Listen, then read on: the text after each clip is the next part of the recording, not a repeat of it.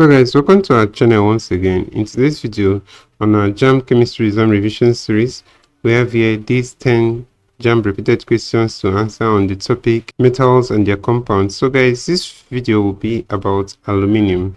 So ensure to stay till the end of this video. Also, if you feel you want to answer any question at any point here in this video, you can pause this video and try out to see if you can get the answer to the question. So let's start with the first question here. It says, aluminium hydroxide is used in the dyeing industry as A. Salt, B. Dye, C. Dispersant, D. Mordant. So guys, the answer to this question here will be option D, and that's mordant. Aluminium hydroxide is used as a mordant in dyeing. So usually in the dyeing industry, this compound will be precipitated out of a water solution onto the fibers to be dyed. So that's it for that question. Let's consider the next question. Question number 2. It says aluminium is usually used as electrical cable due to its A. Malleability, B. Good conductivity, C. High melting point, D. Silver white appearance. So guys, the answer to this question is option B, and that's good conductivity. Aluminium is used as an electrical cable due to its good conductivity.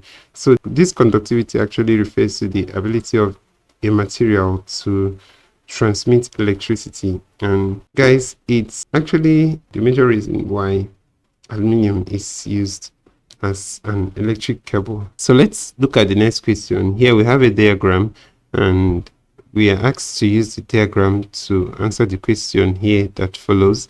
So the question says the alternative raw material labeled M is A. Steam, B. Oxygen, C. Carbon, D. Natural gas.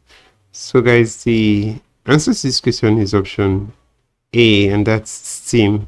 So let's look at the next question. Question number 4. It says when pure aluminium metal is heated to red hot in the presence of nitrogen gas, the compound formed is A. Al2N2, B. Al2N3, C. Al2N, and D. Aln. So guys, the answer to this question here once again will be Aln. Since both aluminium and nitrogen has a valency of 3, so both of them will combine in equal ratio, and that's like Al3N3. So it will just cancel out and you have Aln. So that's it for that question. And let's consider the next question, and that's question number 5. It says the following methods are used for metal extraction except A. Reaction reduction, B. Electrolytic reduction, C. Thermal reduction, D. Chemical reduction. So guys, the answer to this question is option A, and that's reaction reduction. Reaction reduction is not a process used in metal extraction. So that's the answer to this question, guys. Let's consider the next question. Question number 7. It says which of the following will have its mass increased when heated in air? A. Magnesium, B. Copper pyrites, C. Glass, D. Helium. So guys, the answer to this question is option A, and that's magnesium. Magnesium has an increase in mass due to its reaction with atmospheric oxygen to form magnesium oxide, and this will clearly have a greater molecular mass, and hence the overall mass is greater. So we'll notice that helium, being a gas, will just have an increase in volume, but then there won't be any significant increase in mass, but rather the density reduces to counter the effect of the increase in volume, whereas copper pyrites and glass will probably just melt and will need a little of extra effort to react with air, but magnesium actually readily reacts with air, so combines with oxygen to have magnesium oxide. So that will be the answer to this question, and that's option A here, guys. Let's look at the next question. Question number 8 here. It says a metal rod burns less readily in air than finely divided metal because the rod has A. different chemical properties, B. protective oxide coating. C, smaller surface area exposed.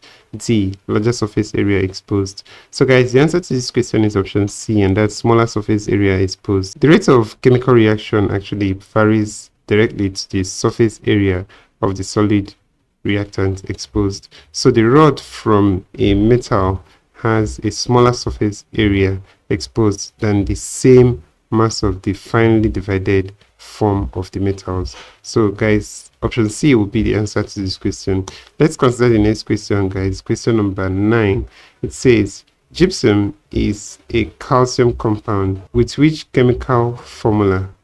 So which of these is the chemical formula of gypsum? So I believe from the options here, you must have guessed rightly the answer to this question here. So guys, gypsum is actually a hydrated calcium sulfate compound with the chemical formula CaSO4 2H2O.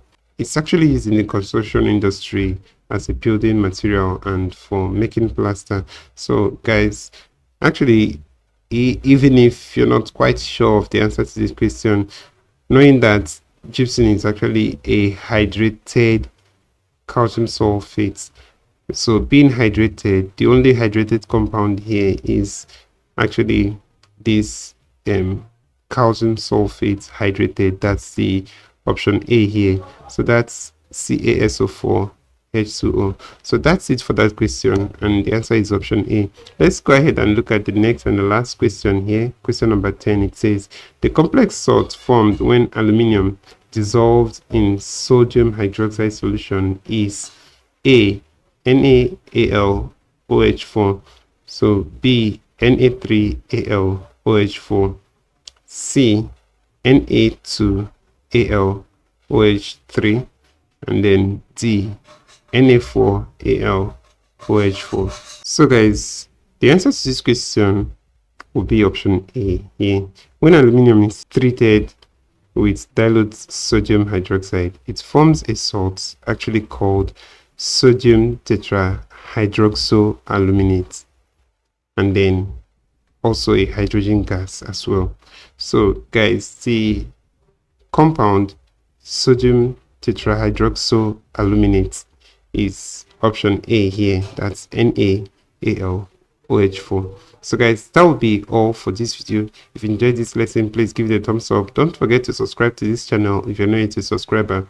Also, if you have any specific question regarding this video, you can drop your question on the comment section below, and we'll ensure to give you a response. So guys, we also want to encourage you to join our YouTube channel community by clicking on the join button below to become a member of this community, where you have access to all our premium information on JAMB updates. So guys, that will be all, and thank you once again for watching this video. See you on the next one.